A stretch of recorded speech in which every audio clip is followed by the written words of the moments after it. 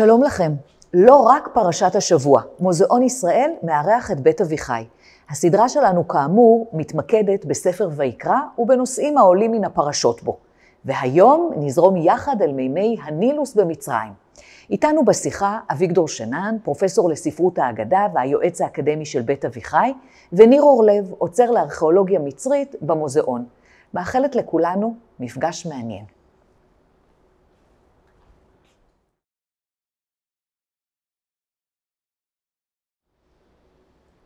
בוקר טוב, שלום. שלום גם ניר. שלום אביגדור. אנחנו ניצבים בסיומו של ספר ויקרא.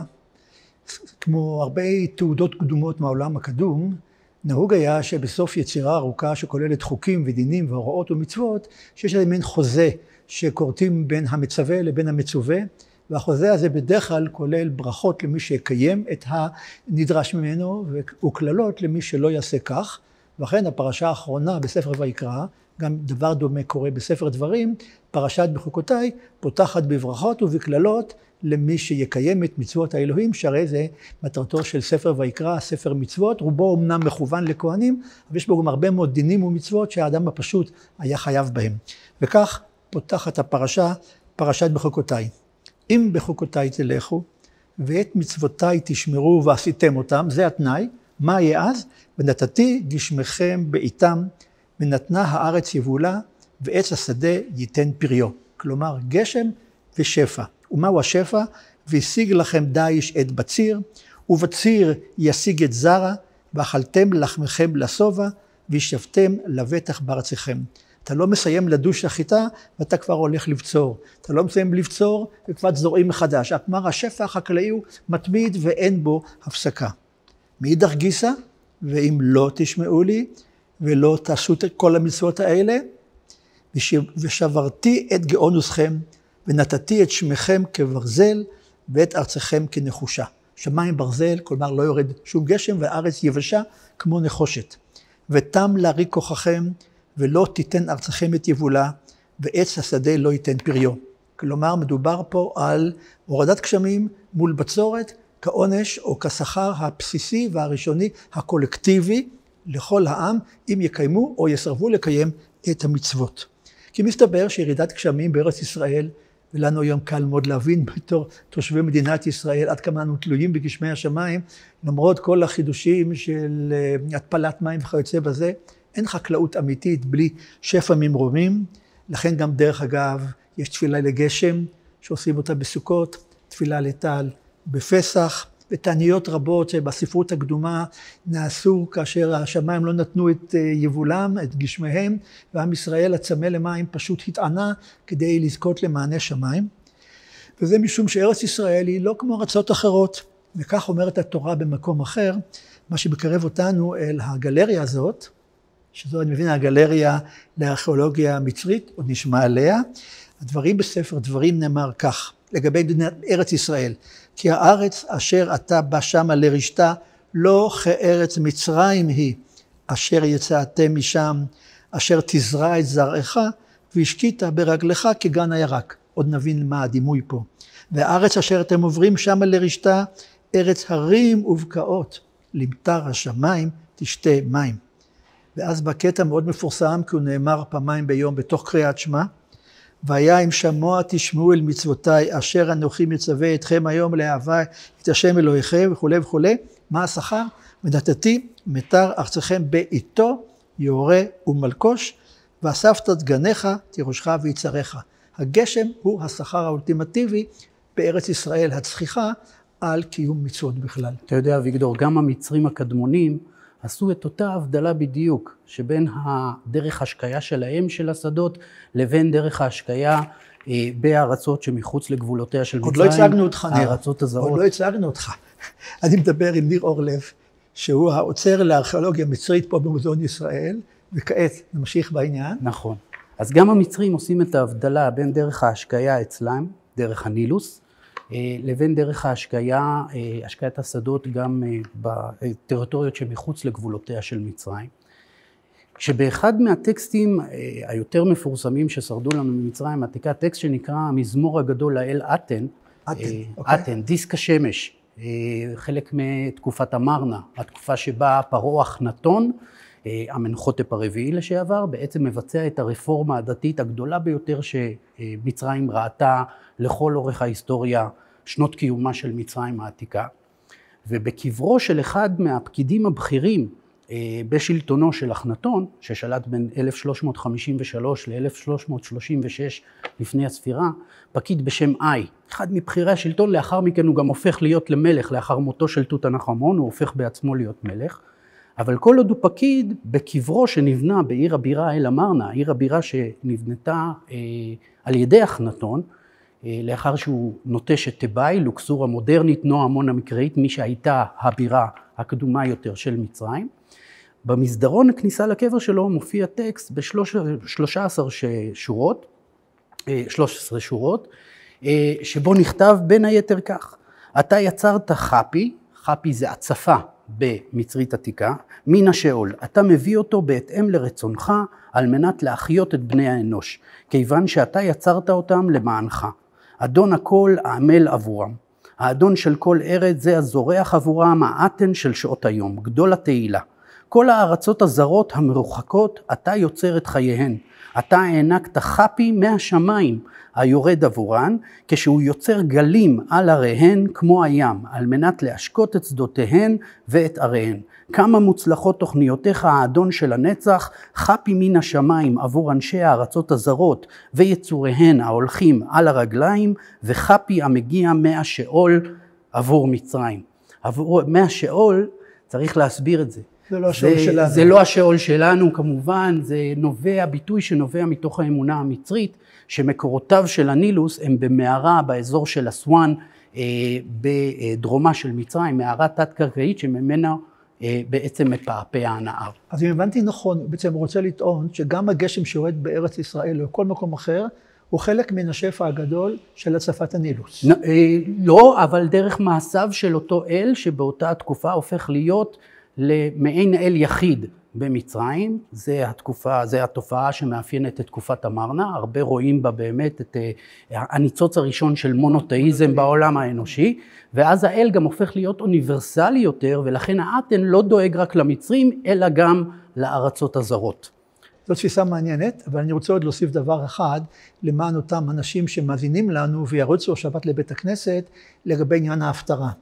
בארץ ישראל הקדומה, באיטליה ובתימן יש הפטרה אחרת, לא ההפטרה הנוהגת בסידורים שלנו היום, אלא ההפטרה לקוחה מדברי הנביא יחזקאל, ובין השאר הנביא יחזקאל מבטיח שיכרות לעם ישראל ברית שלום, והשבתתי חיה רעה מן הארץ, ואז יוריד גשמי ברכה, הגשם ירד בעיתו, ונתן עץ השדה את פריו, והארץ תיתן יבולה. כלומר, גם בהפטרה מדגישים את העניין של החשיבות הזאת של הגשם, שירד בזמן, לא רק בקריאת התורה. אגב, מה זה גשם בעיתו?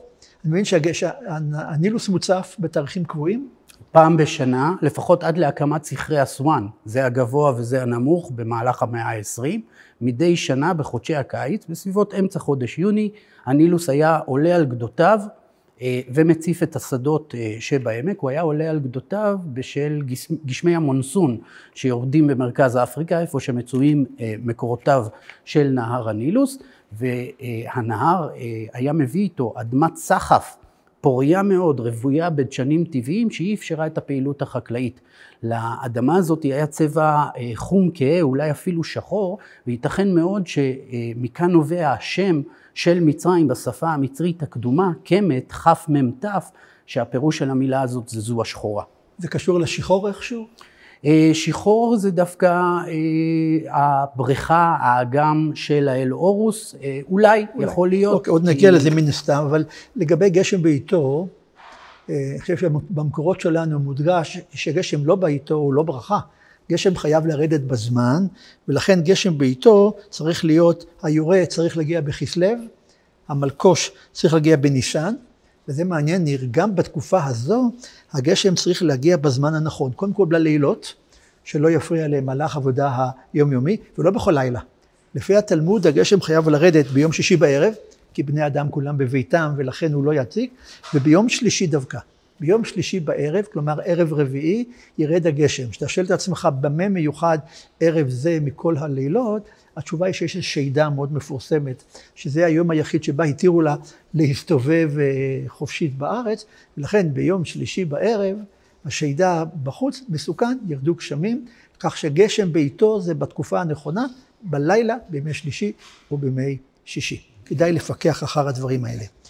אתה הזכרת את הטקסט הזה, את ההמנון הזה שהזכרת, אבל אני אראה לך איך במדרשים שלנו מבינים דווקא את ההבדל בין הנילוס לבין השקיית הארץ, כברכה לארץ ולא לנילוס. עדיין לא הסברתי לי איך הנילוס, אני מבין שמצרים בלי נילוס לא מתקיימת. הנילוס הוא מקור החיים יפה, במצרים, גם בעת העתיקה וגם בעת המודרנית. אבל הנילוס לא נהר רחב בצורה בלתי רגילה, איך הוא מפרנס חלקים רבים מארץ מצרים? בדרך כלל בעזרת תעלות השקיה שהיו חוצבים מהנילוס אל השדות. וההצפה השנתית שהייתה מכסה, ברגע שהנילוס היה עולה על גדותיו, הוא היה מכסה את השדות בגדות הפוריים של לצידה, וכך בעצם הייתה מתנהלת הפעילות החקלאית במצרים. אז תראה, 6 דברים שונים שאומר המדרש, מדרש ספרי, שהוא מדרש ארץ ישראלי מהמאה השלישית, 6 דברים שאומר שיש יתרון לגשם הארץ ישראלי על פני הנילוס, על פני השקעת הנילוס. דבר ראשון, ארץ מצרים שותה מן הנמוך, היינו מהנילוס, וארץ ישראל שותה מן הגבוה, כי הגשם מגיע אליה מלמעלה. לכן, ארץ מצרים הנמוך שותה, מה שבגובה הנילוס שותה, על הגבוה אינו שותה. בארץ ישראל גם הנמוך וגם הגבוה שותה, שהגשם יורד גם על ההרים, כך שגם ההרים וגם הבקעות זוכים למים בניגוד לנילוס. ארץ מצרים נמוך שותה ואחר כך גבוה, קודם כל קרבה לנילוס ואז לאט לאט מה שקורה מסביב, ואילו ארץ ישראל, השותה, הנמוך והגבוה שותים גם יחד. וזה מבחינת המדרש יתרונה של ארץ ישראל. ארץ מצרים, זה לא כל כך הבנתי, גלוי שותה, שאינו גלוי אינו שותה. ארץ ישראל גלוי, שאינו גלוי שותה. אני מניח שהכוונה היא שבארץ ישראל, גם מה שאתה לא רואה, אלא מתחת להרים למשל, זוכה לגשם, בעוד שבמצרים רק מה שאתה רואה בכמות הגדולה של המים, של הנילוס, הם שזוכים לשתייה. עכשיו הכי יפה. ארץ מצרים שותה, ואחר כך נזרעת. קודם כל משקים, אחר כך זורעים. ארץ ישראל שותה ונזרעת. נזרעת ושותה, שותה בכל יום, נזרעת בכל יום. אין לנו עונה אחת בלבד, כי הגשמים יכולים לרדת ולזרוע בכך וכך, יתרון על הנילוס עוד פעם. כנראה הם הכירו יפה יפה מה שקורה בנילוס. ואחרון שאני אוהב במיוחד. ארץ מצרים, אם אתה עמל בפסל ובקרדום, אתה עובד, נותן שנת עיניך עליה, ואתה מאבד שנות לילה שינה בעבודה, אתה זוכה למשהו. ואם לאו, אין בכך כלום. אתה לא זוכה לכלום, אתה חייב לעבוד. אבל ארץ ישראל אינה כן, אלא הם ישנים על מיטותיהם, והמקום מוריד להם גשמים. נכון, וזה תיאור די מדויק, כי אחרי חודשי ההצפה של הנילוס, באמת צריך לעבוד על מנת לבסט את מי הנהר אל השדות, או להרים אותם בסל. וזה עבודה לא קלה. בארץ ישראל לא, משל למלך, הנה משל, חז"ל מאוד אוהבים משלים, כי המשלים לא פעם מסבירים דבר בדרך מאוד ברורה לצופה, לקורא הפשוט. משל למלך שהיה מהלך בדרך, וראה בן טובים אחד, ומסר לו עבד אחד לשמשו. ראה בן טובים, נתן לו עבד שישמש אותו. שוב ראה בן טובים אחר, מעודן ומפונק, ועסוק בפעולה, הוא מכיר את אבותיו, כלומר הוא גילה עוד בן טובים בעל ייחוס, מפונק ועדין, אמר, גזירה שאני עושה בידי ומאכילו. לא אתן לו משרת, אלא אני בעצמי אאכיל אותו. כך, כל הארצות נתן להם שמשים לשמשם. מצרים שותה מן הנילוס. בבל שותה מן הנהרות, פרת וחידקל. אבל ארץ ישראל אינה כן, אלא הם ישנים על מיטותיהם, והמקום, קדוש ברוך הוא, מוריד להם גשמים. זה משל נועז, כביכול הקדוש ברוך הוא העבד שמשמש את עם ישראל בהורדת הגשמים. ללמדך שלא כדרכי בשר ודם, דרכי מקום. בשר ודם קונה לו עבד, שהוא זן ומפרנס אותו. אבל מי שאמר והיה העולם, קונה לו עבדים, שהוא יהיה זן ומפרנס אותם. כלומר, יש פה באמת הבחנה מאוד מאוד גדולה בין מצרים לבין, ומקומו של הגשם ושל המים בשתי התרבויות האלה. עכשיו גם מקום אחר מדגיש המדרש, וגם זה בהחלט יפה, שארץ מצרים, אם אין אתה מנדט שינה מעיניך, אין בה כלום. עובדים יום ולילה. אבל ארץ ישראל, אתה ישן על מיטתך, והקדוש ברוך הוא משקה אותה. השאלה שהייתה בי כשקראת את הקטע של חפי, כך קראנו לו? חפי, כן. והזכרת הקטע הזה לא בידינו, נכון? אין לנו גם רפליקה שלו? לא, לא. הוא נמצא בקבר עצמו, במסדרון הכניסה אל הקבר. ולא עושים רפליקות של הדברים האלה? לא, יש העתקי פקסימיליה ופרסומים של הטקסט, של הטקסט ההירוגליפי, אבל... אז מה יש לנו מכל זה במוזיאון? במוזיאון יש לנו צלמית של שבר ראש של צלמית בדמותו של אחנתון, מי שבעצם גם מייחסים לו את חיבור שיר ההלל הזה, המזמור הזה לאל אתן, מי שהוביל את המהפכה הדתית, בעצם זה הגרסה הארוכה ביותר של אותו מזמור תודה או שיבוח של אותו אל, אל שהוא בעצם דיסק השמש, הוא בדרך כלל מתואר כדיסק שמש, שהקרניים שלו הם בצורה של זרועות, לרוב הן מחזיקות בסמל החיים המצרי ומגישות אותו לאפו של המלך, וזה הגרסה הארוכה ביותר והמפותחת ביותר, שרדו בקברים אחרים, גם הם בתל אל אמרנה, הבירה המצרית אז, עוד גרסאות מקוצרות של אותו שיר הלל, והוא כנראה הושר במהלך הטקסים הדתיים לכבוד אותו אל שמש. תעזור לי לרנן זיכרוני, אני זוכר בלימודיי אי פעם, הזכירו זה בכתבים של תל אמרנה. נכון. וחשיבותם לתולדות עם ישראל. נכון, כי באתר של תל אל אמרנה, באותה בירה, התגלה באחד מהמבנים בעיר, ארכיון מכתבים, שנותן לנו מידע רב על התכתובת הבינלאומית באותה התקופה, בין מצרים לבין אימפריות אזוריות נוספות, כמו מיטני או בבל. באילו שפות? באילו שפות? המכתבים עצמם היו כתובים בכתב ובשפה האכדית, שהייתה השפה הבינלאומית באותה התקופה, כמו האנגלית. יותר חשוב לענייננו פה בארץ, זה שיש גם לא מעט מכתבים שנשלחים מהשליטים המקומיים של ערי המדינה בכנען, אל המלך המצרי, בבקשות שונות ומשונות, מה שיכול לסרטט לנו את הגיאוגרפיה, את התמונה של האיור באותה התקופה. אנחנו מדברים על המאה ה-14 לפני הספירה. זה התקופה של ההתנחלות או הכיבוש או מה של... לפי הטקסט המקראי. לא ניכנס לסוגיות האלה, אבל אני יכול לספר לך, כשהייתי במצרים, הלכתי למוזיאון בקהיר, וחיפשתי כמעט עד כלות כוחית המכתבי אל אמרנה, הייתי בטוח שהם ידעו במקום המרכזי, כי אין דבר יותר חשוב מאשר אל אמרנה, והתאכזבתי לראות איך הם היו זרוקים באיזה פינה נידחת, זה גורלה כנראה של ההיסטוריה של עם ישראל. אוקיי, אתה הראת לי את התמונה של האל חפי. נכון. ולא כל כך הבנתי אם הוא גבר או אישה. נכון, האל חפי, חפי בעצם זה המילה הצפה או נילוס בשפה המצרית הקדומה, הם משתמשים בזה באותו מובן. אבל האל חפי הוא היה האל שגילם ההתגלמות האלוהית של מי ההצפה. ושוב, אי אפשר להמעיט בחשיבות והמרכזיות של הנילוס לתרבות המצרית הקדומה, כמו גם לתרבות המצרית המודרנית. זה מקור המים היחיד של מצרים. לא סתם הרודוטוס, ההיסטוריון היווני בין המאה החמישית לפני הספירה, אומר לגבי מצרים שהיא ניתנה במתנה לתושביה על ידי הנהר. היא מתנת הנהר, מתנת הנילוס. כיוון שבלי הנילוס אי אפשר לקיים חיים במצרים. עד היום 96-98% משטחה של מצרים, מדבר שומם צחיח שלא ניתן לקיים בו חיים. והמצרים הקדמונים לקחו את מי ההצפה וביטאו אותם גם בהתגלמות אלוהית של אותו אל חפי. האל חפי הוא בעצם אל בדמות אנדרוגנית. הוא אכן גבר, אך הוא מתואר עם חזה נשי.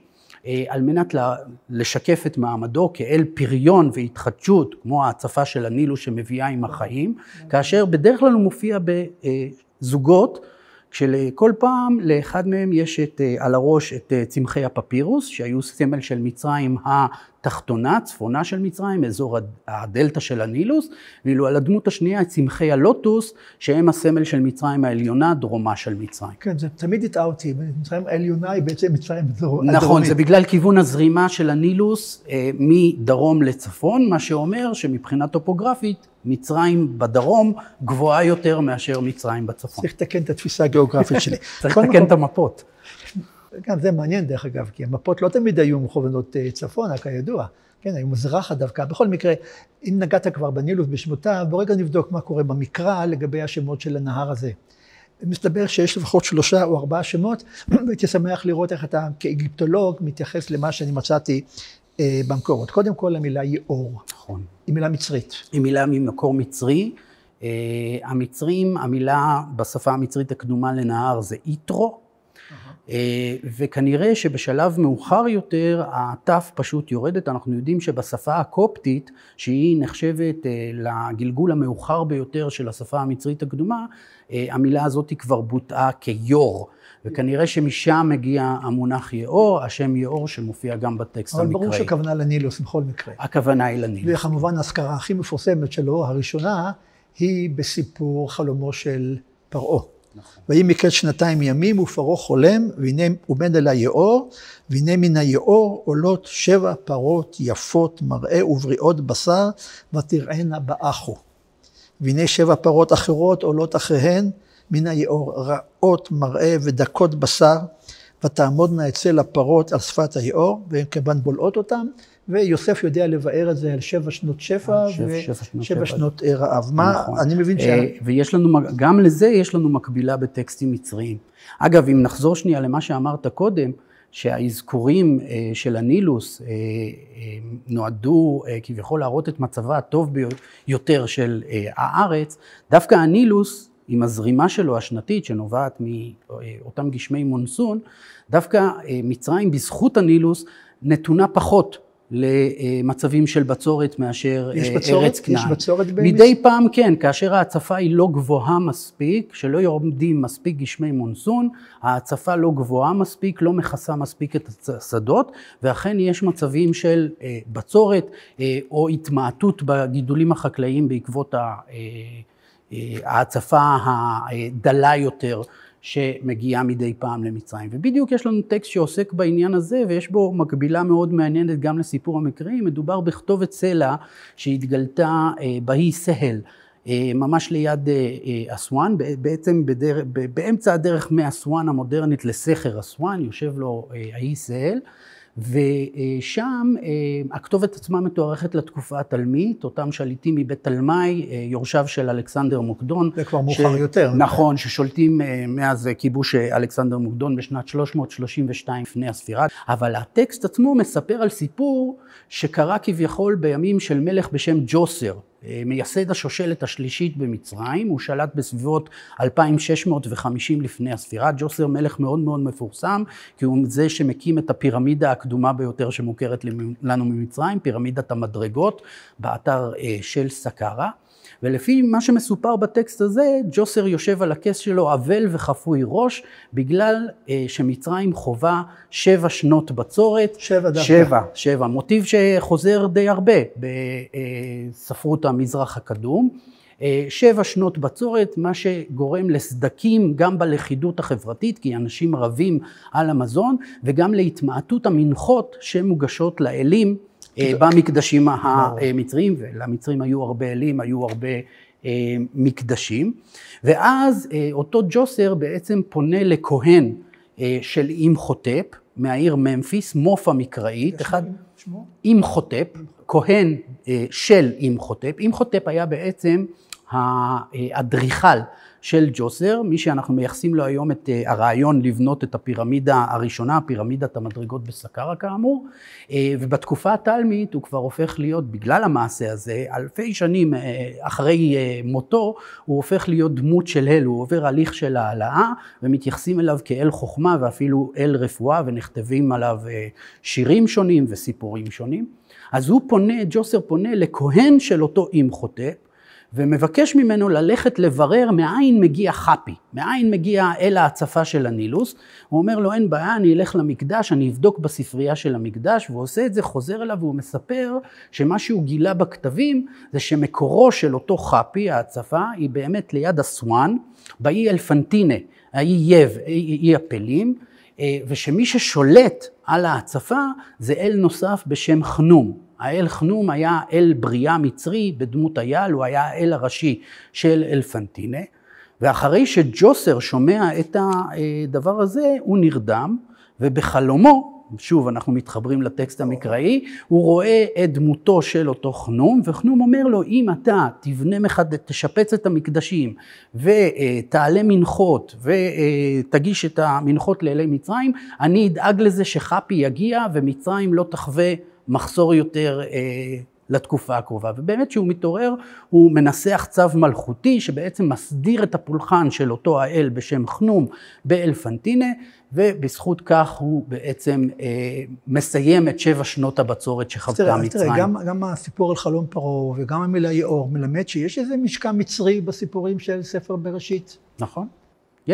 יש הרבה השפעות מצריות בספר בראשית, מוטיבים שאנחנו יכולים לזהות גם בספרות המצרית, מילים שונות שמקורם בספרות המצרית, לאו דווקא בספר בראשית, יותר בספר שמות זה הרבה יותר... סיפור של מצרים. כן, יותר בולט. ומה יש לנו פה במוזיאון שמתקשר לכל הסיפור הזה? אז יש לנו את לוחית בדמותו של האל חפי, של אותו אל אנדרוגני שהוא ההתגלמות של ההצפה של הנילוס. ומה עם חוטב? עם חוטב, נכון, יש לנו גם צלמית בדמותו של עם חוטב עצמו. ראיתי את זה בדרך לכאן, לא שאני כזה מומחה גדול. כן, אז יש לנו צלמית בדמותו של עם חוטב מהתקופה התלמית, כשהוא כבר מתייחסים אליו כאל אל. אז בואו נמשיך בסיפור המקראי לגבי היאור. פעם שנייה נזכר בקשר למשה רבינו, שלאחר הגזרה המצרי של כל הבן הילוד, היאורה תשליכו. מעניין למה דווקא? למה המצרים דווקא חושבים שהדרך הטובה ביותר לחסל את בני ישראל זה לרוץ אל היאור ולהשליך אותה ביאור? אין לי תשובה לשאלה. המדרש מנסה להבין את העניין, כי בסופו של דבר, לצערנו, אפשר להרוג תינוקות בצורה הרבה יותר פשוטה ברגע שבאים לעולם. למה לטרוח בריצה אל היאור? נשאיר את השאלה הזאת באוויר ברגע זה, אבל אמו של משה יוכבד, לאחר שלא יכלה להצפין אותו, כידוע, היא שמה אותו בתיבה, ואת התיבה היא שמה בסוף על שפת היאור. והמקורות שלא כך הבינו את הדברים, חשבו שסוף זה ים סוף, והתקשרו בשאלה איך ים סוף מתקשר אל היאור. אז זה מדרש שאומר שהים סוף מגיע עד לנילוס, מה שכנראה אין לו יסוד בכלל, אבל כנראה סוף זה אותו צמח. נכון. אולי אפילו הפפירוס? סוף. אולי הפפירוס? לא הפפירוס, יש לנו את הסוף, ויש לנו את הקנה, ויש לנו את הפפירוס שצומחים על גדות הנילוס. וסוף, אגב, זה אחת מהמילים שגם הן מגיעות מהשפה המצרית הקדומה. בשפה המצרית הקדומה זה בוטה כצ'וף, משהו כזה. שפירושו? אותו הצמח. ממנו לא היו עושים דפים לכתוב עליהם? לא, מהפפירוס עושים את ה... אוקיי, הפעם הבאה שנזכר הנילוס, זה כמובן במפגשים בין משה לבין פרעה, כאשר משה מגיע אל פרעה כדי להודיע לו על המכות שתגענה, ופעם ופעמיים הוא עושה את זה ליד היאור. כך אומר אלוהים למשה, לך אל פרעה בבוקר, הנה יוצא המימה, היינו יוצא ליאור, וניצבת לקראתו על שפת היאור, והמטה אשר נהפך לנחש תיקח בידיך, ואמרת אליו, השם אלוהי העברים שלחני אליך לאמור, שלח את עמי ויעבדוני במדבר, והנה לא שמעת עד כה, כה אמר השם, בזאת תדע כי אני השם, הנה אנוכי מכה במטה אשר בידי על המים אשר ביאור, ונהפכו לדם. והדגה אשר ביאור תמות, ובאש היאור, ריח רע, ונלאו מצרים לשתות מים מן היאור. לא יכלו לשתות מן היאור, כלומר המכה הראשונה דווקא ליאור. האם יש קשר איכשהו לדמות של היאור, בזה שהמכה הראשונה היא דווקא על המים? ברור, היאור הוא מקור הכל. בלי היאור, כמו שכתוב בטקסט, המצרים לא יכולים לשתות. והוא גם, הוא אחד מהדמויות של אלוהיהם של המצרים. זו השאלה שלי בעצם, יש פה יסוד אלוהי ביאור? יכול מאוד להיות שכן, יש יסוד אלוהי. הדמות שלו הוא הדמות של אותו אל בשם חפי, אל ההצפה. כלומר, המלחמה של אלוהים... זכה לחשיבות מאוד מאוד גדולה בתרבות המצרית. אז המלחמה של אלוהים מול אל כמוהו. אלוהי ישראל נלחם באלוהי המצרים, שהוא מדומה ביאור. לפחות מבחינת המצרים הקדמונים, היחס אל הנילוס או ההצפה של הנילוס, אכן זכתה להתגלמות אלוהית כלשהי. האם הסופר המקראי אכן עשה את הקישור? דבר שאני לא כל כך אוהב לעשות, אבל כדאי לפעמים לעשות אותו, היאור הפך לאדום. המדרש והמקרא מבינים את זה כמכת דם. יש סיטואציה כזאת שהיאור משנה את צבעו לאדום דווקא? אני לא מכיר. כלומר, זה לא תופעת טבע כלשהי שניתו לתת לה מעמד ניסי. יפה. זה רק אומר דבר אחד, שהסיפור המקראי והמציאות לא תמיד הולכים בקנה אחד. והנה בספר יחזקאל, כאשר מדבר הנביא יחזקאל על מצרים, כה אמר אדוני השם, הנני עליך פרעה מלך מצרים, התנים הגדול הרובץ בתוך יאוריו. אשר אמר לי יאורי ואני עשיתיני. התנים זה התנין. אני מבין גם אם לא נרד לרמה של בעלי חיים, התנין הוא דמות מאוד משמעותית בסיפור היאור. תנין הוא עד היום. אחד החיות, תנין הנילוס, כן? תנין היאור, אחד מהתנינים האלימים ביותר, האגרסיביים ביותר והגדולים ביותר שקיימים, לפחות מאלה שחיים במים מתוקים. עד ימינו? עד ימינו, כן. למרות שבמצרים, ברוב שטחה של מצרים היום, כבר לא חיים תנינים, הם פשוט נחסמים על ידי סכרי אסואן. אבל כל מה שדרומה מסכר אסואן הגבוה, כבר יש בו תנינים גם באזור של מצרים, גם באזור של סודן והלאה. ואכן מדובר באחת מהבעלי חיים הקטלניים ביותר שהמצרים הקדמונים הכירו.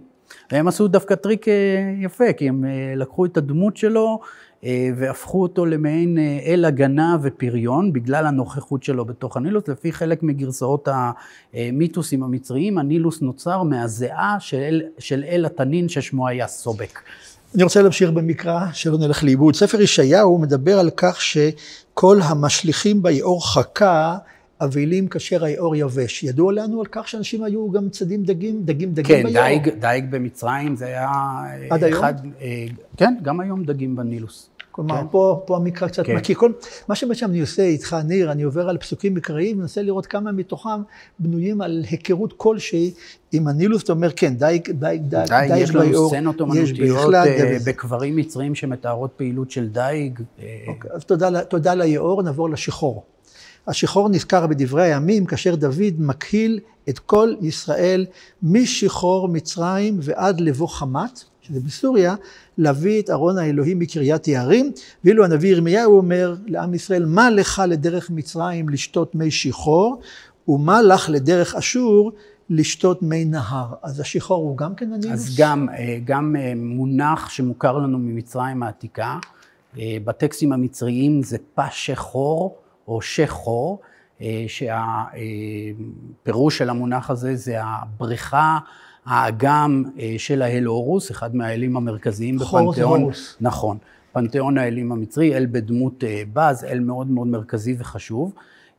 ולמרות שהמילה היא בעצם בריכה מטקסטים מסוימים, טקסטים ששרדו לנו ממצרים העתיקה, אנחנו יכולים להבין שאולי הכוונה למקור מים זורמים, כלומר חלק מנהר הנילוס. היום ההנחה היא שמדובר באמת באחד מהזרועות של הנילוס בקצה המזרחי של הדלטה, שבאמת היוותה איזה מעין גבול טבעי בין האזור של מצרים לבין האזור של סיני, שכבר נחשב טריטוריה חיצונית, טריטוריה זרה בתפיסה המצרית, אבל כן, יש לנו את הביטוי הזה שגם מגיע מהטקסטים המצריים. גם שחור, כנראה מילה מצרית, לא קשור לצבע שחור שדיברת עליו? יכול להיות שכן, אבל אני לא מכיר את המחקר האטימולוגי. יש עוד פעם אחת מופיע נחל מצרים, בוא נדלג על זה, אבל נזכיר שיש מסורות מאוד מעניינות שקושרות את הנילוס אל נהרות גן עדן. אותם 4 נהרות מיתולוגיים שפרסו את העולם בראשיתו. אמנם יוסף בן מתתיהו, ההיסטוריון של המאה הראשונה, טוען שהנילוס זה הגיחון, אבל אין לזה שום יסוד. מאידך גיסא יש כמה וכמה מדרשים שמדגישים שהפישון הוא הנילוס. זה משום שיש קשר בין המילה פישון לביטויים מקראיים של התפשטות, של זרימה ושל יציאה מן התחום שלך. מתאחד מאוד שהפישון הוא הנילוס, אומר המדרש. החידקל קרוי חידקל כי הוא חד וקל, הפרט פרה ורבה, כלומר יש הרבה מאוד מדרשים שמקשרים. אם הפישון הוא אכן הנילוס, זה הרי מתייחס לאותה תופעת טבע שקורית מדי קיץ, או קרתה מדי קיץ עד להקמת סכרי אסואן, שבה החלה ההצפה של הנילוס, דבר שבעצם גם סימן עבור המצרים הקדמונים את תחילת המחזור החקלאי. אתה יודע, מעניין שרש"י במאה ה-11, בסרט ה-11, יש לו מסורת נוספת שהפישון, הנילוס קרוי פישון משום שהוא מגדל פשטן. היינו שסביבו גם בין השאר גם גידלו פשטן. אני לא יודע אם הדבר הזה מבוסס על איזה ידע חקלאי, אבל באמת מעניין שבמסורת היהודית מנסים לתת לנילוס מעמד של אחד מנערות גן עדן והדברים הרבים. אז אם הגענו לכאן, עכשיו אני רוצה להשתמש בידע שלך, בסבלנות שלך, לבדוק כמה וכמה מדרשים, לא טקסטים מקראיים, מדרשים שהם מזכירים את הנילוס, או את הנהר הזה, ולראות אם אתה יכול בתור מומחה לנושא הזה, להגיד לי, יש פה איזה יסוד מעשי, מציאותי, או שמהדברים הם לקוחים מתוך איזה דמיון ספרותי. כאשר המדרש מספר על ירידת אברהם ושרה למצרים, בעצם אברהם ושרי, השם עדיין לא הוחלף, אומר אברהם לשרה, הננה ידעתי כאישה יפה תואר את. לכן הוא פוחד שמהמצרים ייקחו אותה, ולכן הוא יחד איתם מחליטים שתציג את עצמה כאחותו. על המילים, הננה ידעתי כיפה תואר את, מטריד את המדרש. איך עכשיו נודע לו שהיא אישה יפה? הרי הוא כבר נשוי לה שנים רבות, מאז שניסו שם בסופוטמיה או בחרן וכו' וכו'. אז אומר המדרש, כיוון שהוא הגיע לכניסה של מצרים, עמדו על היאור, ראה אברהם אבינו בבואה של שרה באותו נהר כחמה זורחת. המים היו צלולים, מבהיקים, ואברהם מסתכל, ואשתו שהוא הכיר, פתאום לפתע רואה אותה בדמות הרבה יותר מרשימה מאשר הייתה. כלומר, צריך להניח שהיאור יכול להיות גם לא רק מזוהם, כמו שאתה אמרת, אלא גם אפילו בהיר, מבהיק וכולי. אני לא אמרתי שהוא מזוהם. אמרת שהוא לא מזוהם, חום ושחור, כלומר לא זיהום. עם אדמת הסחף, כן, כן, כמובן. יש עד היום, כשאתה מתהלך על עמק הנילוס, באזורים מסוימים, לא לאורך כל תוואי הנהר, יש אזורים שהמים בהם צלולים, רואים את הקרקעית של הנילוס. אז ייתכן שאברהם ראה את שרה שם. אז תראה את ההמשך המאוד מעניין, לכן אמר המדרש, מכאן שנו חכמים כל הנשים בפני שרה כקוף בפני אדם. היופי שלה הוא כזה, סליחה מכל הנשים שמשתתפות פה בהקלטה ומאזינות לדברים עצמם, אבל המדרש מאדיר את יופייה של שרה בזכות המבט של אברהם לתוך מי הנילוס.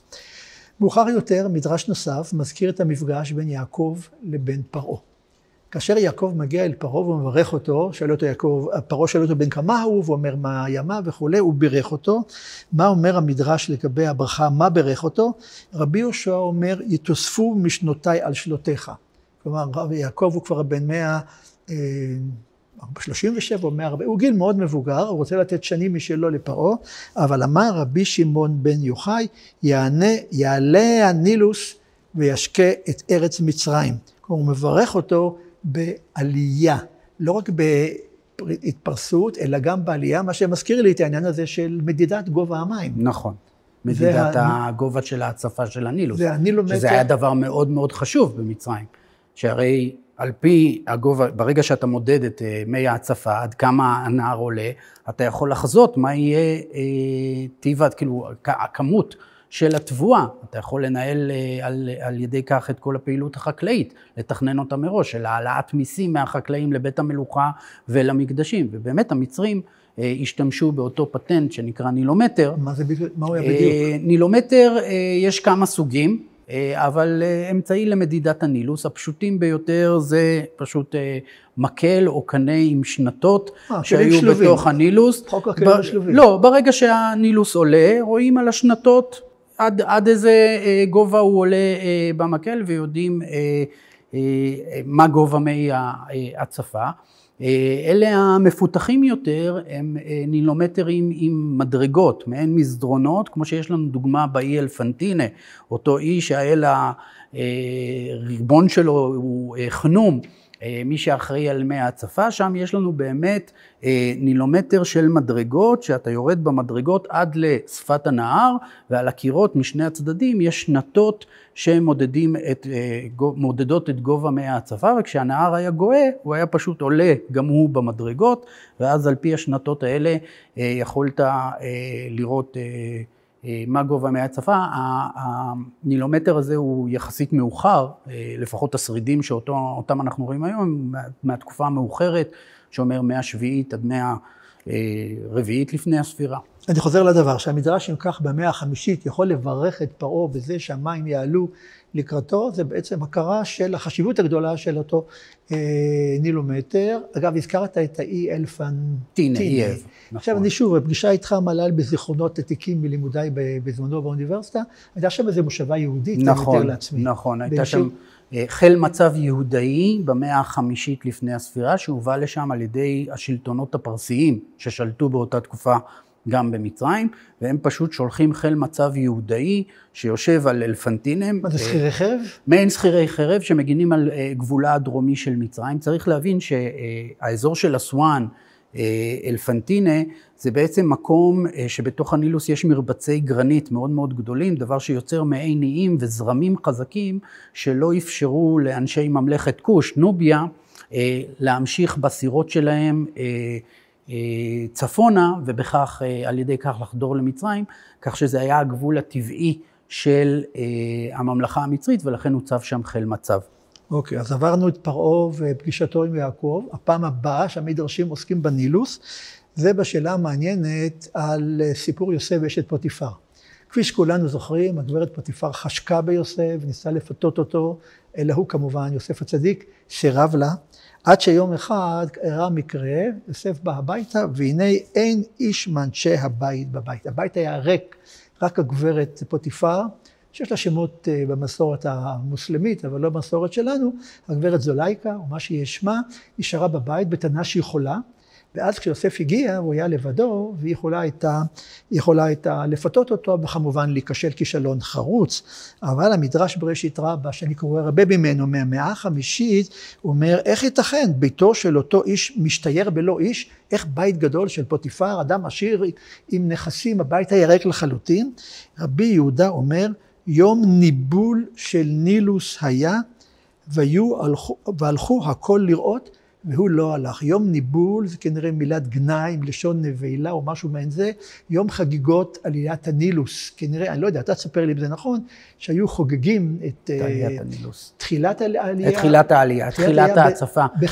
בחגיגות? בחגיגות, כמובן, בגלל שתחילת ההצפה של הנילוס, זה בעצם תחילתו של מחזור חקלאי חדש, החודש הראשון של ההצפה, הימים הראשונים של ההצפה, נחשבו בעיני המצרים הקדמונים כראש השנה.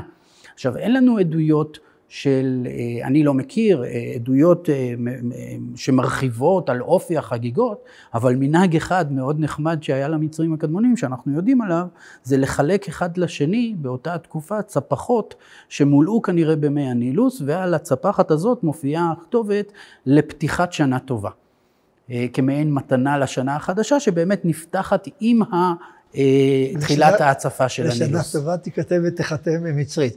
מאוד מעניין. אז המדרש מנצל את הידע שלו על יום ניבול של נילוס, כדי להסביר שכולם יצאו לראות, גם המשרתים, לכן הבית נותר ריק. ואילו יוסף, שהוא כמובן לא מקיים את החגים המצריים, נשאר בביתו. רבי נחמיה אומר יום תיאטרון היה.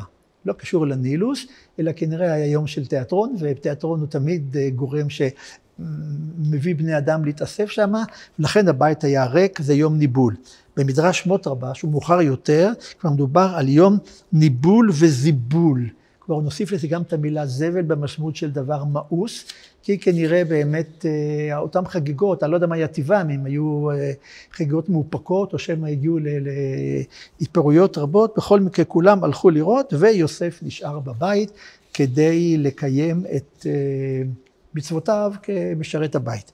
מעניין הוא דווקא, זה ודאי ישמח אותך, מה שאומר מדרש מאוד מאוחר, מדרש שכל טוב, שאומר, רבי יהודה אומר, גידול הנילוס היה. זה היום של הנילוס מתחיל להתרומם, והיו הולכים לראות, והוא לא הלך. שכן דרך המצרים, כשנהר נילוס גדל והולך, הוא משקה את כל הארץ, הולך המלך ושרים לשמוח בנהר, והוא יום החג שלהם. כלומר, המקורות באמת מכירים את המקום המרכזי של תחילת ההצפה בתרבות המצרית. אנחנו לא מנותקים לגמרי ממה שקורה שם בדרום או דרום מזרח. זה מזכיר לי את הפסיפה של חגיגת הנילוס שם בציפורי כנראה, אבל אנחנו לא נכנסים. שגם שם מתואר נילומטר, את אותו אמצעי למדידת ההצפה של הנילוס. אז אנחנו מתרחקים בסיפור המקרה, היינו אצל אברהם ושרה, והיינו אצל יעקב ופרעה, והיינו אצל משה בסוף, והיינו אצל יוסף, הגענו עכשיו קדימה אל בת פרעה שיורדת לרחוץ אל היאור. הוא מוצאת שם את תיבה של משה כמובן. בת פרעה יורדת לרחוץ, אומרת התורה, ותרד בת פרעה לרחוץ על היאור. ואז היא מגלה את התיבה כמובן, והסיפור מתגלגל. אבל מה פירוש הביטוי לרחוץ על היאור? אם כבר לרחוץ ביאור. לא, היא הולכת לרחוץ כדי להיפטר, אומר המדרש, מן המשמעות העלילית של היאור. היא ירדה לרחוץ מגילולי בית אביה. גילולים זה לשון גנאי לעבודה זרה. כיוון שכבר לימדת אותי שהיאור היה אל, והיא בתור ביתו של פרעה ודאי עבדה את היאור, מתוך רצון להצטרף אל עם ישראל, מן בחירה חופשית, מן גיורת צדק, היא יורדת כדי להתאבל ולהשתחרר מן המשמעות של היאור, ולכן בזכות זה היא כמובן מצאה את התיבה, בזכות זה הייתה אמו המאמצת של משה, ויותר מאוחר לא כולם יודעים, על פי המדרשים, היא בכלל הצטרפה לעם ישראל, היא התגיירה, הייתה אשתו של כלב וסבתא רבא של מי יודע מה עוד, כלומר דמות מאוד מאוד מכובדת, בזכות שירדה לרחוץ על היאור, כלומר להיפטר מהעבודה הזרה של היאור, כי היאור כבר אמרת לי כמה פעמים הוא היה ממש אל, אז זה נאמר בצורה מפורשת לגבי מכת דם. למה מכת דם היא המכה הראשונה? אמר המדרש, הכה את האלוהים, ואז הכמרים שלו יבהלו. כלומר, אתה מכה את האל, אז כל עובדיו נבלעים, וברור שבבחינה זו, אנחנו חוזרים לתפיסה של הנילוס, שהוא לא סתם נהר שמפרנס את המים, אלא הוא פשוט דמות בעלת משמעות מיתולוגית מאוד חשובה. עכשיו יש פה עניין שאני התלבטתי לדבר עליו, אבל כדאי לעסוק אותו, כי הוא מופיע במקורות, פעמיים יורד משה לפגוש את פרעה על היאור. והמדרש מתקשה, למה ליד היאור? למה לא בא אליו לארמון? למה לא ציפה לו בחדר הקבלה? למה ליאור? אז אומר המדרש פעמיים, כי פרעה יצא למים לנקביו. כלומר, במקום ללכת לשירותים המפורסמים בארמון, הלך לנהר, וזה כדי שאנשים לא ידעו שהוא בשר ודם. כי בתור התפיסה שפרעה הוא גם אל כמובן לא נזקק להליכה לעשות את צרכיו, אז פרעה היה מתחמק בבוקר, לפני שכולם עדיין קמו אל היאור כדי לעשות בתוכו את צרכיו, או כמו שאומר המדרש, למה יוצא המימה? לפי שהיה אותו רשע, פרעה משתבח, אומר הוא אלוה, ואינו יוצא לנקביו, לפיכך היה יוצא בבוקר. הוא אומר אלוהים למשה, בשעה שהוא נצרך, תפוס בו. הנה מסכן שם פרעה עומד, ומשה תופס אותו אז, וכמובן נותן איזה ממד קצת הומוריסטי, אבל אני לא יודע, נהגו ללכת על היאור כדי להתרוקן? אני בספק. לנילוס יש כל כך הרבה חשיבות כמקור המים היחיד במצרים. אני בספק אם היה המנהג של ללכת ולעשות דברים שבסופו של דבר ייצרו זיהום, עלולים ליצור זיהום בנהר, כך שנראה לי שפה דווקא... המדרש, אוקיי. אני לא טוען שכל אחד מהמדרשים מכיר היטב את הארכיאולוגיה המצרית הקדומה ואת המומחים שעוסקים בה. מכל מקום הסבר אחר למה הוא יוצא למים, הוא הלך למים כדי לראות כמה מדרגות עלו המים. כן, ופה אנחנו יכולים לקשור שוב לעניין של הסוג מסוים של נילומטרים, שהם באמת נילומטרים שבנויים כמדרגות יורדות אל תראה, החיבור הזה שאומר למדרגות הוא כבר מהמאה ה-11-12, ייתכן שהוא אפילו ביקר במצרים, היה לו אולי מדריך תיירים טוב, בסוגריים הוא אמר שגם אתה ידעו כמדריך תיירים. במאה ה-11-12 עדיין יש שימוש בנילומטר במצרים. ברור, ייתכן שהמחבר של החיבור הזה הוא מישהו מקורותיו, סייר במצרים וחזר נפעם בסיפור המדרגות, ואז הוא מסביר את יציאת פרעה למים בנקודה הזו. עובדה שמכת דם, כמובן כבר דיברנו, מכת דם בא לפגוע בדבר החשוב ביותר למצרים, זה האל שלהם, אבל מה עם מכת צפרדע? לגבי מכת צפרדע יש הרבה מדרשים הומוריסטיים, כי המדרש מאוד נהנה למשבטם של המצרים, רואה את התיאור הזה של צפרדעים נכנסים לכל מקום, בבגדים, מתחת לבגדים שלך ודוקרים אותך שם ובתוך האוכל שלך וכו'. אבל מצאתי פה מסורת מאוד מעניינת, לא יודע אם אתה תאשר לי אותה מבחינת המציאות ההיסטורית, ושם נאמר שמשה אומר לפרעה שבשם אלוהים אני מכה את כל גבולך בצפרדעים. את כל גבולך בצפרדעים. וזה אומרים רבותינו, המכות שהביא הקדוש ברוך הוא על המצרים, עשו שלום ביניהם לבין בני חם. בני חם זה כנראה שחורי האור שישבו דרומית למצרים. איך? הייתה מחלוקת בין בני חם ובין המצרים. המצרים אומרים, כאן תחומנו, והכושים, סליחה על המילה, אומרים, עד כאן תחומנו, כיוון שבאו הצפרדעים, עשו שלום ביניהם. כלומר, כל מקום שהגיע הצפרדע, זה מצרים. כל מקום שלא, זה כוש. האם המתח בין מצרים לבין כוש הוא מציאות שהמדרש מדמה אותו? היו תקופות שהייתה מתיחות בין מצרים לארץ כוש, ארץ נוביה, בעיקר על רקע הרצון של המצרים להשתלט על מקורות הזהב שנמצאים באותו אזור. אנחנו יודעים גם שמלכים חזקים הגיעו עמוק עמוק בשטח של נוביה עד למרכז סודן המודרנית כיום. אבל מעניין לציין שמבחינת הצפרדעים, ותיארת את זה, איך הם נכנסים הצפרדעים נכנסות לכל מקום, דווקא בתרבות המצרית, מבחינת הזווית הראייה של התרבות המצרית הקדומה, הדבר הזה דווקא יכול להיחשב כברכה, מכיוון שיש להם אלה בדמות צפרדע, אלה בשם חקת, שהיא הייתה אלת פריון, שלפי המסורת המצרית, עזרה לנשים בהיריון ברגע הלידה, היא פשוט ילדה אותם. כך שריבוי צפרדעים בבית מבחינת מצרי קדום, זה דווקא נחשב כברכה. שוב, לך תדע אם הסיפר המקראי הכיר את כל הדברים האלה. הוא עשה שימוש, אגב, בכל מקרה, הסיפור הצפרדעים, הוא חוזר, מכת צפרדע ומכת דם, פה דבר מאוד מעניין, עניין מוסרי. הקדוש ברוך הוא אמר למשה, אתה לא תכה את היאור, לא במכת דם, לא מכת צפרדע, כי היאור שמר אותך. כאשר אתה הוסתרת בסוף על שפת היאור, לכן לא ראוי שאדם ישתה מים ויירק אחר כך לבור שמתוכו שתה, על זה לא קשור כך לעניין המצרי, אבל נמשיך הלאה. יש עוד אירוע אחד מאוד מפורסם שמזכיר את היאור במסורות שלנו, זה קשור לשלוש המילים האחרונות שחותמות את ספר בראשית. נאמר שיוסף מת, ואחרי שחונתים אותו, ויתאמן בארון במצרים. הוא נטמן בארון במצרים. אני מניח שהקבורה הייתה בארונות, וקבורת מלכים הייתה בפירמידות, מי יודע היכן. פירמידות שבתוכן היה את הארון. אבל המדרש טוען שיוסף הוטמן ביאור.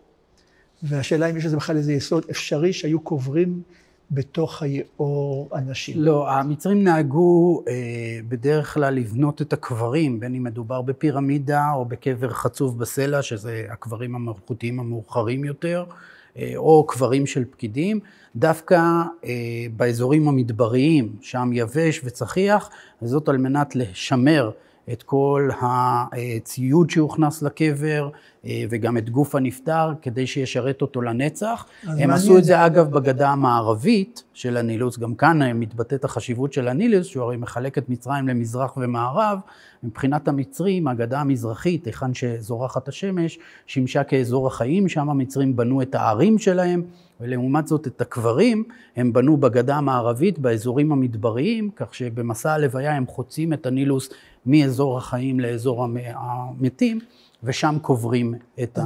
מעניין למה המדרש טוען כך, אבל הוא נותן 3 תשובות למה קברו את יוסף בנילוס. לפי תשובה אחת, זו החלטה של המצרים כדי לברך את הנילוס. כיוון שיוסף בהתנהגותו בפתרון החלומות הביא לברכה גדולה, אז הוא קבור בנילוס כדי שיתברכו מימיו. לפי תשובה אחרת, המצרים ידעו שעם ישראל לא יוצא ממצרים בלי קברו של יוסף, בלי גופתו של יוסף, כי יוסף השביע את בני ישראל לא לצאת ממצרים בלי גופתו, לכן המצרים, שקראו כמובן ספר בראשית, התחכמו לעם ישראל וקברו אותו בתוך הנילוס, כדי שבני ישראל לא ימצאו אותו, עד שבאה איזו אישה זקנה מאוד מפורסמת, סרח בת אשר, וידע היכן הוא נמצא וכו'. תשובה שלישית היא שבני ישראל שיקעו אותו בנילוס, שהמצרים לא יהפכו אותו לאלוה. כלומר, דווקא כדי להגן על דמותו של יוסף, כי הוא נקבר בפירמידה או בכל מקום אחר, הוא היה הופך להיות לאל מצרי. בין כך וכך אתה אומר לי שלדברים האלה אין בעצם יסוד, ככל ידוע לנו, לא מצאו בארכיאולוגיה, קברים בתוך הנילוס עצמו. לא, בתוך הנילוס עצמו. עוד משפט אחד לפני הנקודה האחרונה, מדרש מאוד מאוחר מספר לנו ששבט דן, אחד מעשרת השבטים, אחרי שהוא נקרא מעשרת השבטים ויצא לדרכו, הלך לאורך הפישון את כל הדרך עד נהרי כוש, ושם הוא יושב עד היום הזה, וכאשר מחפשים יותר מאוחר בימי הביניים את 10 השבטים, חלק הם נמצאים איפשהו שם באזור אתיופיה, או מי יודע מה, סואן וכיוצא בזה, אבל המעניין הלך לאורך הפישון, והנה עוד שם אחד של הפישון שיש לנו לגבי הדברים עצמם. אם נחזור להתחלה, קודם תודה רבה על הסיור. הרגשתי ממש כמו מדריך תיירים שלוקח אותי ביד, הוא מראה לי דבר דבר, במיוחד שלמדתי 2 דברים חשובים. הסיפור המקראי, ספר בראשית ושמות, מצוי, ספוג, בתרבות המצרית. יש נש, כן. שחייב לתת איזה יסוד לאמת ההיסטורית שבתוכו. כלומר, כל הטענה שלא היה ולא נברא, קשה לשער שכל סיפור יציאת מצרים אין לו בסיס בכלל, אחרי שאתה רואה את היסוד המצרי בסיפור. ושוב, אנחנו נעשה את ההבדלה בין העולם האמוני לבין העולם המחקרי, בעיקר בתחום שלנו, של ארכיאולוגיה מצרית, כיוון שהיום אין לנו עדויות ארכיאולוגיות, שיעמתו את הסיפור המקראי, או שיוכיחו שסיפור יציאת מצרים אכן קרה בצורה שבה הוא מתרחש במקרא, אבל עדויות ארכיאולוגיות טבען תמיד יכולות לצוץ ולהתגלות, אבל בארכיאולוגיה עובדים עם מה שיש, לא עם מה שאין, וכל עוד אין לנו, אנחנו לא יכולים לשפוט. אני גם חושב ששום עם לא היה יוצר לעצמו סיפור מכונן של עבדים, זה באמת תופעה מוזרה, אז עם זה אני מסכים איתך, תופעה ייחודית. אבל כבר, תראה, פסח כבר מאחורינו, אנחנו לקראת שבועות, אז בוא נוכל להמשיך הלאה, אבל נחזור להתחלה. פרשת בחוקותיי מדברת על עונש קולקטיבי, אם תקיימו, תקבלו, לא תקיימו, לא תקבלו, על פני האדמה. התורה עדיין לא מכירה בכלל את המערכת של איזו ענישה אישית, פרסונלית, בעולמות שיבואו. זה נכון גם במצרים? לא, במצרים זה בדיוק ההפך. יש לנו שכר ועונש, והוא בא לידי ביטוי באחד מהסצנות היותר מפורסמות ממצרים העתיקה, שבאמת קשורות לחיי העולם הבא. שהרי המצרים האמינו שכל אדם היה זכאי לגבור על מותו, לעבור מעולם החיים לעולם המתים, ושם להמשיך להתקיים לנצח נצחים כפי שהוא התקיים בעולם החיים. מה זה להתקיים? להתקיים פיזית? להתקיים פיזית ממש, ולכן צריך לחנות את הגוף שלו, וצריך להביא לו מנחות של מזון ומנחות של שתייה, ולספק לו את כל הציוד שהיה לו בבית, כך שהקבר בעצם משמש כבית הנצח שלו בעולם המתים. אבל היה תנאי. לא כולם הצליחו להשלים את המעבר, לפי האמונה המצרית, ברגע המעבר אתה בעצם עומד למשפט. ובמשפט הזה בודקים... זה כמו יום הדין אצלנו, אבל זה לא מקראי. כן, אנחנו קוראים לזה משפט המתים. בעצם בוחנים האם האדם חי את החיים הארציים שלו, את חיי העולם הזה, בהתאם למה שהמצרים כינו, בהתאם למעט. מעט היא אלת הסדר הקוסמי, המוסר והצדק במצרים העתיקה, היא בדמות של אישה עם נוצה של יען על ראשה, והיא סימלה את אמות המוסר. וכשבן אדם היה נפטר, ברגע המעבר, ממש רגע לפני שהוא נכנס לעולם המתים, הוא היה ניצב בפני טריבונל של אלי ואלות מצרים, ובייחוד בפני האל אוזיריס, אל המוות המצרי, ושם הוא היה צריך להקריא טקסט שאנחנו מכנים אותו הווידוי השלילי, טקסט שבו הוא מתחייב שהוא לא ביצע אף אחד מ-42 החטאים, שנתפסו על ידי המצרים הקדמונים כחטאים שיש בהם בהם משהו שפוגע במעט, בסדר הקוסמי, בסדר החברתי. חלק מהחטאים שמוזכרים ברשימה הזאת הם חטאים אוניברסליים שאנחנו מכירים גם מעשרת הדיברות. לא רצחתי, לא גנבתי, לא נאפתי. אחרים הם אפילו חטאים שעוסקים ישירות בנילוס, כמו לא שיניתי את מסלול הזרימה של הנהר, או לא חסמתי את הזרימה של הנהר, שוב, בגלל שהנילוס הוא מקור החיים במצרים. ושהוא מסיים את כל וכשהוא מסיים את זה, צריך לבדוק האם הוא אכן הצהיר את דבריו בכנות, ואכן לא ביצע אף אחד מהחטאים. אז מבחינת המצרים הקדמונים, הדרך לוודא שהוא אכן דבר אמת, היה לקחת את ליבו של הנפטר. הלב של הנפטר במצרים העתיקה, אגב, היה נחנט בנפרד, ואז מוחזר לתוך הגוף החנות, לתוך המומיה של הנפטרים. ובעצם מה שהיו עושים, היו שוקלים את הלב של הנפטר מול הנוצה של האלה מעט, אותה נוצה של יען במאזניים. אם הלב היה שווה במשקלו לזה של הנוצה, או אפילו טוב יותר, קל יותר מהנוצה, זה אומר שהאדם דבר אמת, הוא לא ביצע את אף אחד מהחטאים, והוא היה רשאי להמשיך הלאה לעולם המתים. אבל אם הלב שלו היה כבד יותר, אולי משם הגיע ויכבד ליבו של פרעה המקראי, אבל אם הלב היה כבד יותר, הוא היה נחשב לחוטא, הוא שיקר, ואז האדם היה נאכל על ידי מפלצת שנקראת עמות, אוכלת המתים. מפלצת שצורתה, פניה הם פני תנין, פלג גופה העליון הוא של גוף אריה, פלג גופה התחתון הוא של גוף היפופוטם, שלושת החיות הקטלניות ביותר בעמק הנילוס. הוא היה נאכל ובזה הוא בעצם הגיע לכיליון גמור ומוחלט ולא היה זכאי לחיי הנצח שלהם הוא ציפה בעולם המתים. זה אינדיבידואלי. זה אינדיבידואלי, וכן יש שם אבל את הדגש של השכר ועונש, בהתאם לדרך שבנה גם היהדות פיתחה עיקרון של שכר ועונש אינדיבידואלי, לאחר המוות, אדם עומד לדין ונענש וכיוצא, אבל כל הרעיונות האלה של גן עדן וגיהנום ועונש וכולי, לא מופיעים בעולם התורה. התורה היא ממש ארצית, כבד את אביך ואת אמך, למען ירחו ימיך על פני האדמה. זה הנקודה. וכל מה שקורה לאחר מכן, השאול במושגים שלנו, הוא מעבר לתפיסה הכללית. אז תראה, יצאנו בבחוקותיי, חזרנו לבחוקותיי, ובדרך סיירנו באמת במקומות מרהיבים, גם את הטקסטים שפגשנו, במצרים ובמקרא ובמדרש, וגם את המפגשים בין שתי התרבויות הגדולה מאוד המצרית, לבין התרבות שלנו, שאולי לא הגיעה לעוצמה הגדולה של המצרית, אבל היא שלנו. והאפשרות לעשות בין שניהם עלתה לנו פשוט מהעובדה שגם התורה משווה את גן הירק המצרי, הנילוס, לבין הגשם הישראלי. אנחנו כבר כעת מתקרבים לקיץ, כך שגשמים אולי כבר לא נזכה, אבל מותר כבר לקוות לקראת החורף שיבוא, שנזכה לגשמים בעיתם, אתה זוכר? בלילה, בימי שלישי בערב, ושישי בערב בלבד. אז תודה רבה לך, ניר. תודה לך, אביגדור. אתה עוצר פה בגלריה לארכיאולוגיה מצרית קדומה. תודה רבה לכל אנשי בית אביחי ואנשי המוזיאון. הם רבים מספור, אבל שמותיהם יופיעו מיד ברשימה, שאנחנו אסירי תודה להם, בייחוד היום, בפגישה האחרונה, העשירית על ספר ויקרא, עם טעם של, אני מקווה, טעם של עוד מי יודע מה תהיה, מה צופן בחובו לגבינו. שמחתי מאוד. נקווה שרק טוב. תודה רבה לך. תודה. תודה לכם. שבת שלום, ואוטוטו גם שבועות, חג שבועות שמח.